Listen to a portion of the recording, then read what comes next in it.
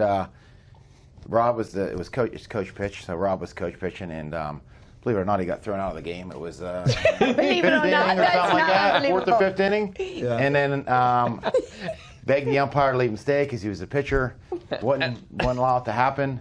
Out of the park, not in the dugout, out of the park. You got kicked out. So I think we were tied or losing, or it was a very close game, and I came in there and I had to pitch, and I think we scored like 14 runs on that and won the championship. But So can I ask, what was the rub? What happened? Well, let me just explain something here, Cameron. All right? In all the coaching I just talked about, I've gone thrown out of one game in my Which life. was that one? Okay. It was when RD was 7 years old, Graham was 6. You know what I mean? It was their coach pitch game, and I got thrown out. And all I did was come up to and politely put my hat over my mouth because it was COVID time. So, and then mate just said it was a bad call, and he threw me out. But so I was on the board and everything at this time. Wow. So, anyway, I was supposed to leave the park, but I didn't. I hid behind a few other chubbier people like me and was able to watch Garrett finish it out, and the team rallied, and they scored like 10 runs and ended up winning the game against our buddy Nate, who was the other guy. And he was like, Nate? Nate he was over there and standing there with alligator arms when they said, "Coach, do you want him to stay?" You know what I mean? No, So, but yeah, it was, my funny story, I have so many of them, but I just had one recently.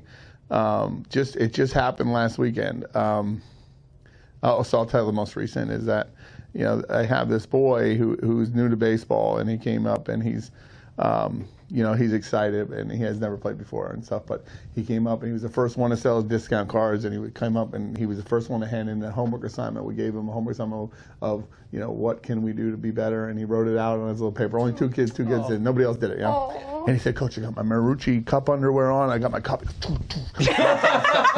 like, I said, "Charlie, you are my new captain.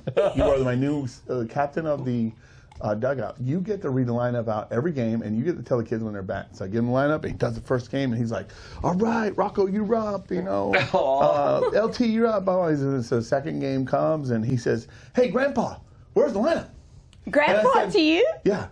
And I was like, "Oh, wait. All right." So I'm like, "Here you go, Charlie. Sorry, yada, yada, yada." So I don't think anything of it, yada, yada. And Rocco's coming off the mound, and Rocco's like, "Dad, why don't you throw this pitch or whatever?" And poor Charlie comes up to me and says, "Wait, you're Rocco's dad?"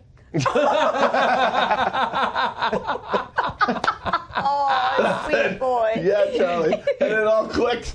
He thought I was Rocco's grandfather. Oh, my and I said, God. "Well, this is a new moment." I said, this is a new moment. And I said, I better go get my hair cut for the real talk, because Exactly. the gray on the side Looking good, is coming buddy. out. So it's obviously little Charlie thinks that I'm a grandfather.